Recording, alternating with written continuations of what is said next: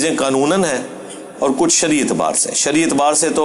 لڑکی کے لیے ولی کی اجازت اور حق مہر کے عوض گواہوں کی موجودگی میں ایجاب و قبول ہوگا. خطبہ نکاح جو بھی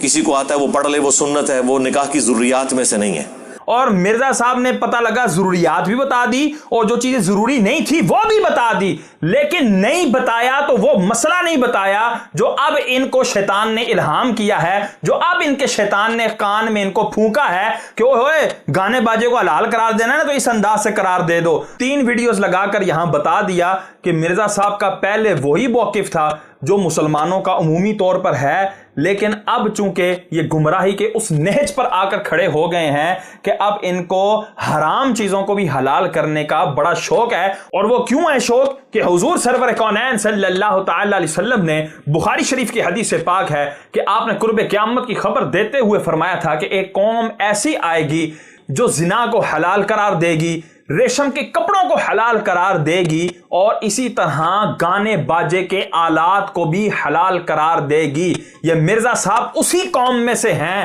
کہ جو ان تمام چیزوں میں سے ابھی انہوں نے ایک سٹیپ اٹھایا ہے اور گانوں کو حلال کرنے کی کوشش کر رہے ہیں. ابھی آگے دیکھیں ہوتا ہے کیا.